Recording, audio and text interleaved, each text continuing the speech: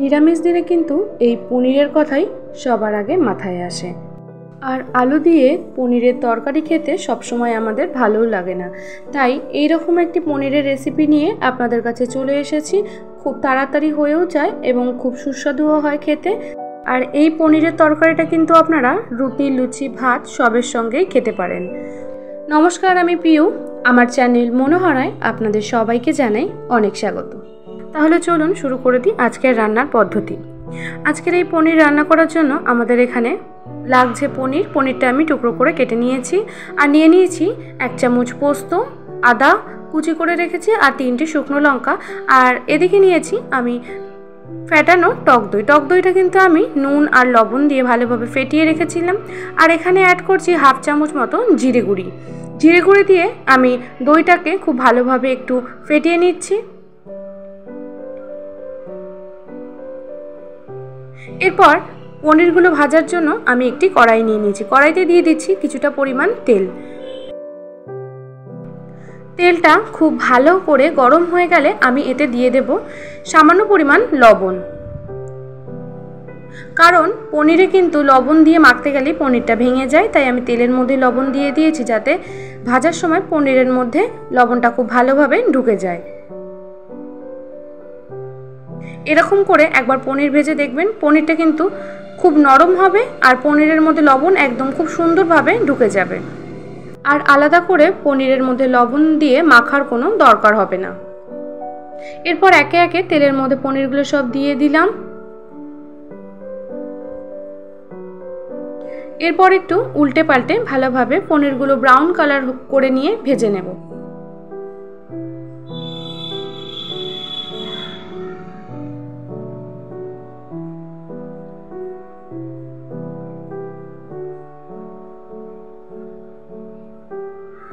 আমি কিন্তু এখানে পনির ভাজার সময় হলুদের ব্যবহার করিনি, কারণ এই রান্নাতে আমি হলুদ দেব না। তাই আপনারা যদি চান তাহলে হলুদ ব্যবহার করতে পারেন। হলুদটা কিন্তু একদমই অপশনাল। যেহেতু এই পনিরের তরকারিটা সাদা সাদাই একটু দেখতে ভালো লাগে, তাই আমি এখানে হলুদের ব্যবহার করিনি।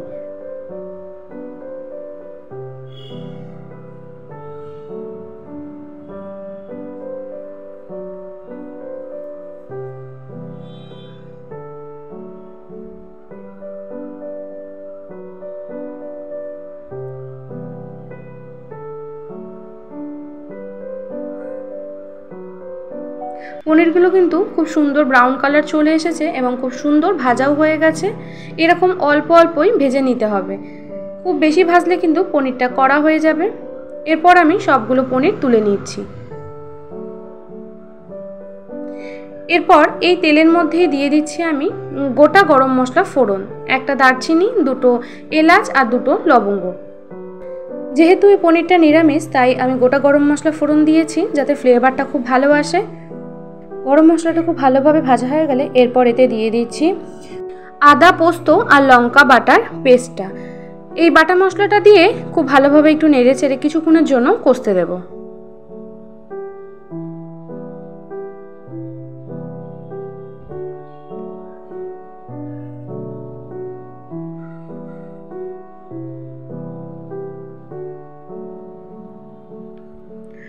বেশ কিছুক্ষণ হয়ে গেছে। এরপর এখানে আমি সামান্য পরিমাণ লবণ দিয়ে দিচ্ছি। লবণটা কিন্তু আপনারা আপনাদের টেস্ট অনুযায়ী দেবেন।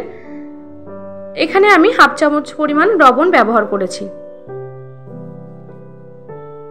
এরপর আবারও খুব ভালোভাবে একটু নেড়ে চেড়ে আবারও কিছুক্ষণ কষিয়ে নেব।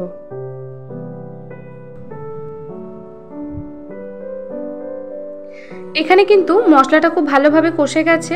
এরপর আমি এখানে দিয়ে দিচ্ছি মশলার বাটি ধোয়া জল। জলটা দিয়ে আবারও কিছুক্ষণের জন্য মশলাটাকে আরেকটু কষিয়ে নেব যাতে মশলার কাঁচা ফ্লেভারটা চলে যায়।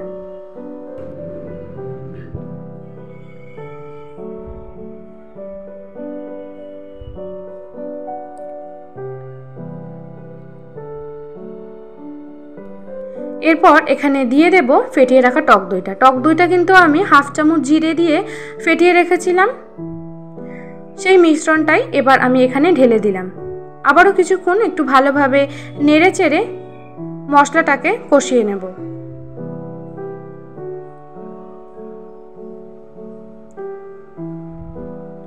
এখন এখানে দিয়ে দিচ্ছি সামান্য পরিমাণ চিনি।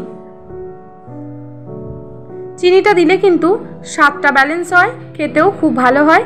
তাই আমি এখানে সামান্য পরিমাণ চিনির ব্যবহার করেছি। আপনারা কিন্তু না চাইলে নাও ব্যবহার করতে পারেন। মশলাটা কিন্তু খুব ভালোভাবে কষে এসেছে এবং তেলও ছেড়ে দিয়েছে। এই সময় আমি অল্প পরিমাণ জল ব্যবহার করছি।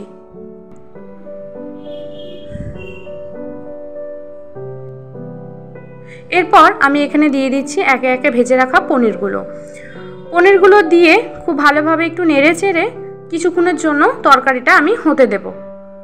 আর যেহেতু পনিরটা খুব নরম জিনিস, তাই জল দিয়ে বেশিক্ষণ ফোটানোরও দরকার হবে না।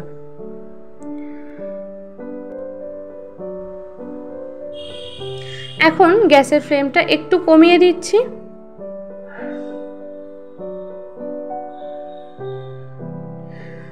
এখানে দেখুন জলটা কিন্তু প্রায় অনেকটাই শুকিয়ে গেছে আর গ্রেভিটাও খুব সুন্দর হয়ে গেছে। তরকারিটা প্রায় হয়ে এসেছে। ওপর থেকে আমি সামান্য পরিমাণ গরম মশলা গুঁড়ো ছড়িয়ে দিয়েছি। এতে কিন্তু ফ্লেভারটা ভালো আসবে, তাই আমি এখানে গরম মশলার ব্যবহার করেছি। এরপর একটু নেড়ে চেড়ে আমি গ্যাসের ফ্লেমটা বন্ধ করে দেব। এখানে কিন্তু পনিরের তরকারি একদম তৈরি।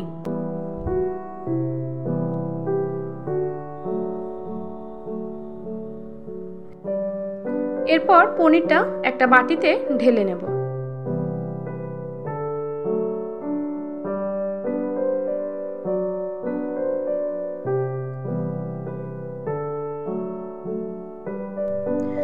আমার পনিরের রেসিপিটি আপনাদের কেমন লেগেছে অবশ্যই কিন্তু একটি কমেন্ট করে জানাবেন।